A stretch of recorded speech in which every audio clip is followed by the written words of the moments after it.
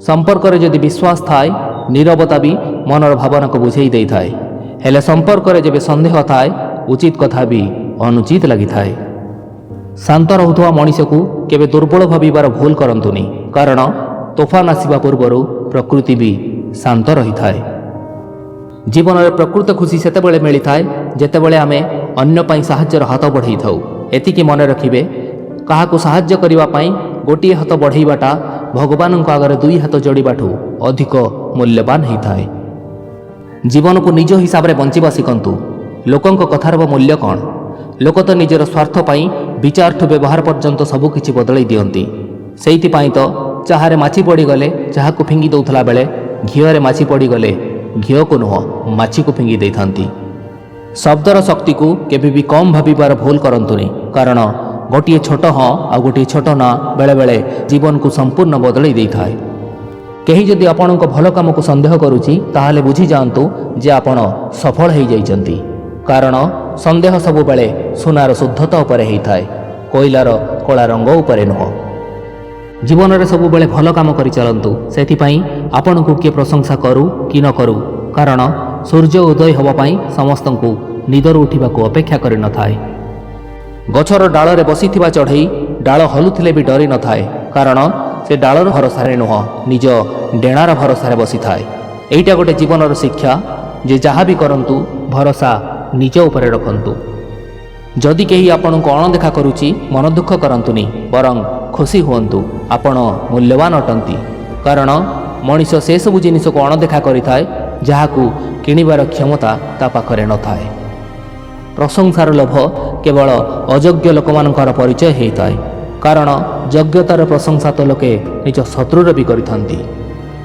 आज जे दुख भोगुची भविष्यत सी निश्चय सुख भोगिब हेले आज जे अन्य को दुख दउची ता भविष्यत निश्चय दुखमय हब कारण एइटा ही प्रकृतिर नियम। एतिके मन रखिबे आजिर दुनिया रे केवल असफलता ही अनाथ होता है कारण सफलतार अनेक संपर्कीय थांती।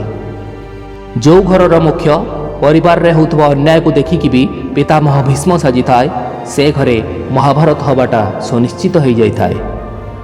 जहाँ बदलई पारिबे ताकू बदलांतु जहाँ बदलई न पारिबे ताकू स्वीकार करंतु जहाँ स्वीकार करि न पारिबे ताठू दूरेई जांतु। जीवन में सबु बेले खुशी रे रहिबे। अन्यर कथारे निजको दुर्बल कर दियंतुनी अन्यर कथारे निज मानसिकता को विकलांग कर दियंतुनी कारण दृढ़ इच्छा शक्ति थिले सबकिछि संभव होता है। सुंदर पोशाक मनीषर शरीर को सुंदर करिथाय सत हेले खराब व्यवहार नकारात्मक चिंताधारा आउ स्वार्थपर भावना मनीषर चरित्र को असुंदर कर देइथाय। निज शब्दरे मधुरता रखंतु कठोरता नुह कारण शब्दर मधुरता जीवन को सुंदर करिथाय आउ शब्दर कठोरता जीवन में महाभारत घटई थाए। जीवन में सम्मान पाइबाकू हेले केवल धनरे नुह मनरे भी धनी हुअन्तु कारण मंदिर अगरे सुनार कलश लगी भी मंदिर पहाच को ही प्रथम प्रणाम करा जाय थाए। भावना रे भासुथबा लोक केवल संपर्क को संभाली थांती वास्तविकता को बुझुथबा लोक संपर्कर फायदा नहीं थांती आउ चतुर लोक फायदा देखिकी ही संपर्क जोड़ी थांती। एइटा जरूरी नुह कि सबु बेले खराब कर्मर परिणाम ही दुख दे थाए। अनेक समय रे आवश्यकता अधिक भल हेबार परिणाम भी दुख दे थाए। सेथिपाई जीवन रे संतुलनर आवश्यक होता है कारण अतिर परिणाम सबु बेले इति ही होता है। जो माने ऋतु परि बदली जाती सेमानंक सह केबे संपर्क रखंतुनी। समस्या तो जीवन रे आसे हेले एभली लोकंक सहित संपर्क रखिले जीवन रे केबे समस्यार अंत होई न थाए।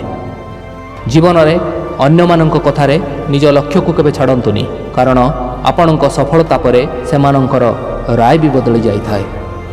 श्रेष्ठतार अर्थ पद प्रतिष्ठा धन संपत्ति नुह श्रेष्ठतार अर्थ विनम्रता दयार भावना आउ परोपकारिता होता है। सेइथिपाई तो कहा जाए जोठी भावना सुंदर थाए सेठी दीपर आलोक भी सूर्यर आलोकठू बेसी होता है। जीवनर सरल गणित जोठी सम्मान नहीं सेठी केबे जातुनी जहाँ हजम हुएनी ताकू केबे खातुनी आउ जे सत को स्वीकार करेनी ताकू केबे बुझेइबाकू चेष्टा करंतुनी।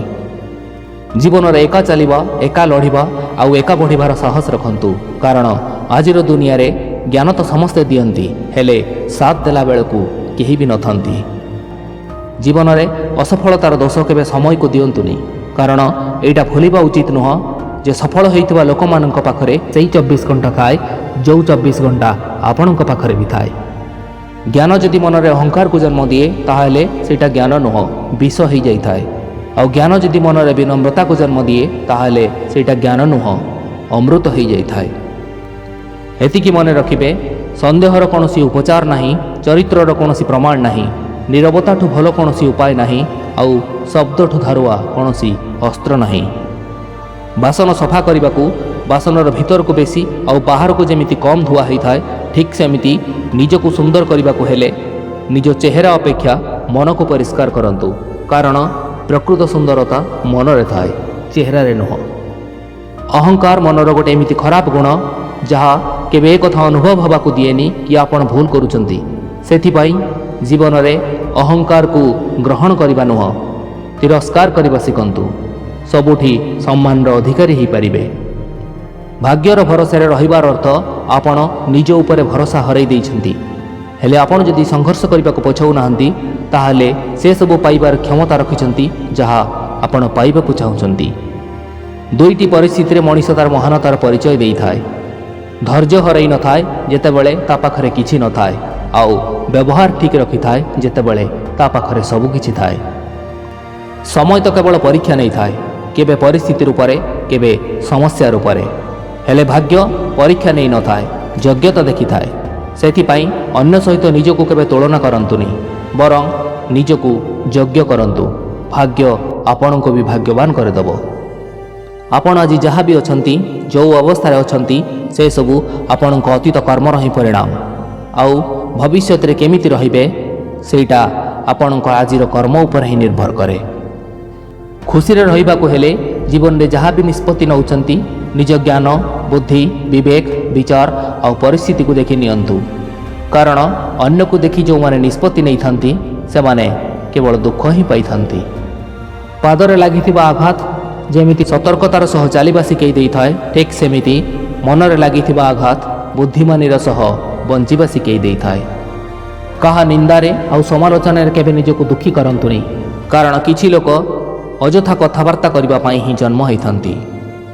ଜାତି ଆଉ ଧର୍ମର ଭେଦଭାବକୁ ନେଇ ଚିତ୍କାର କରୁଥିବା ଲୋକେ ଡାକ୍ତରଖାନାରେ ନିଜ ଜୀବନ ବଞ୍ଚାଇବାକୁ ରକ୍ତର ଆବଶ୍ୟକ କରୁଥିଲା ବେଳେ ରକ୍ତର ବୋତଲ ଉପରେ ଜାତି ଆଉ ଧର୍ମର ନାଁ ଲେଖିଦିଅନ୍ତୁ। ବାସ୍ତବିକତା କ'ଣ ସେମାନେ ଆପେ ଆପେ ବୁଝିଯିବେ। ପରିବାର ହେଉ କି ସମାଜ, ଦୁଇଟି ଯାକ ସେତେବେଳେ ନଷ୍ଟ ହୋଇଥାଏ ଯେତେବେଳେ ଜ୍ଞାନୀ ଚୁପ୍ ଥାଏ ଆଉ ମୂର୍ଖ କହି ଚାଲିଥାଏ। ମନ ଯେବେ ଦୁର୍ବଳ ହୋଇଯାଏ ପ୍ରତ୍ୟେକଟି ପରିସ୍ଥିତି ସମସ୍ୟା ହୋଇଯାଇଥାଏ, ଆଉ ମନରେ ଯେବେ ସାହସ ଥାଏ ପ୍ରତ୍ୟେକଟି ପରିସ୍ଥିତି ଗୋଟେ ସୁଯୋଗ ହୋଇଯାଇଥାଏ। ଚୁପ୍ ରହୁଥିବା ଲୋକକୁ ଦୁର୍ବଳ ଭାବିବାର ଭୁଲ ଯେଉଁମାନେ କରନ୍ତି ସେମାନେ ଜାଣି ରଖିବା ଦରକାର ଯେ ସେଇଟା ତା'ର ଦୁର୍ବଳତା ନୁହଁ, ତା'ର ସଂସ୍କାର ଆଉ ମହାନତା ହୋଇଥାଏ। ଆଉ ଏକଥା ବି ଜାଣିବା ଦରକାର ଯେ ଯିଏ ଚୁପ୍ ରହିପାରେ ସିଏ କହି ବି ପାରେ, କାରଣ କହିବା ଅପେକ୍ଷା ଚୁପ୍ ରହିବା ପାଇଁ ଅଧିକ ଶକ୍ତିର ଆବଶ୍ୟକ ହୋଇଥାଏ। କାହାକୁ ଧୋକା ଦେବାଟା ଗୋଟେ ଏମିତି ଋଣ ହୋଇଥାଏ ଯାହା ଦିନେ ନା ଦିନେ ଅନ୍ୟଠୁ ପାଇକି ହିଁ ସୁଝିବାକୁ ପଡ଼ିଥାଏ। ମନରେ କେବେ ବି ସନ୍ଦେହ ପୁରାନ୍ତୁନି, କାରଣ ମନର ଯେଉଁ ରାସ୍ତାରେ ସନ୍ଦେହ ପଶିଥାଏ ସେଇ ରାସ୍ତାରେ ହିଁ ବିଶ୍ୱାସ ବାହାରକୁ ବାହାରି ଯାଇଥାଏ। ଜୀବନରେ ସୁଖ ଆଉ ଶାନ୍ତିରେ ରହିବାକୁ ହେଲେ ଅନ୍ୟର ସୁଖ ଆଉ ନିଜର ଦୁଃଖ ଦେଖିବା ବନ୍ଦ କରନ୍ତୁ। ଏ ଦୁନିଆରେ କେହି କାହାର ନୁହଁ, ଏ କଥାର ଜ୍ଞାନ ସେତେବେଳେ ଆସିଥାଏ ଯେତେବେଳେ ଜୀବନରେ ଖରାପ ସମୟ ଆସିଥାଏ। ଚିନ୍ତାଧାରା ଯଦି ସୁନ୍ଦର ଥାଏ ସବୁକିଛି ସୁନ୍ଦର ଦେଖାଯାଇଥାଏ। ଜୀବନରେ କୌଣସି କ୍ଷମତା ପାଇଁ କେବେ ଗର୍ବ କରନ୍ତୁନି, କାରଣ ପଥର ଯେବେ ପାଣିରେ ପଡ଼େ ନିଜର ଓଜନ ପାଇଁ ହିଁ ବୁଡ଼ି ଯାଇଥାଏ। ଜୀବନରେ କେବେ କାହା ଦୁଃଖ, କଷ୍ଟ ଆଉ ଅସୁବିଧାକୁ ନେଇ ଉପହାସ କରନ୍ତୁନି, କାରଣ ନିଜ ପାଇଁ ଦୁଃଖ ଆଉ କଷ୍ଟ କେହି କିଣିକି ଆଣିନଥାଏ। ଭୟ ରଖନ୍ତୁ ସମୟର ଚକ୍ରକୁ, କାରଣ ଖରାପ ସମୟ କେବେ କାହାକୁ କହିକି ଆସିନଥାଏ। ଆଶା କରେ ଆଜିର ବିଚାର ଆପଣଙ୍କ ମନରେ ସକାରାତ୍ମକ ଭାବନା ଭରିଦେବ। ଭିଡ଼ିଓ ଯଦି ଭଲ ଲାଗିଥାଏ ଭିଡ଼ିଓକୁ ଲାଇକ୍ କରିବେ, ଚ୍ୟାନେଲକୁ ସବସ୍କ୍ରାଇବ୍ କରିବେ, କମେଣ୍ଟ କରିବାକୁ ଭୁଲିବେନି। ପୁଣି ଆସିବି ନୂଆ ଏକ ଭିଡ଼ିଓରେ, ନୂଆ କିଛି କଥା, ନୂଆ କିଛି ପ୍ରେରଣାକୁ ନେଇ। ସେ ପର୍ଯ୍ୟନ୍ତ ରହୁଛି ନମସ୍କାର। ବନ୍ଦେ ଉତ୍କଳ ଜନନୀ।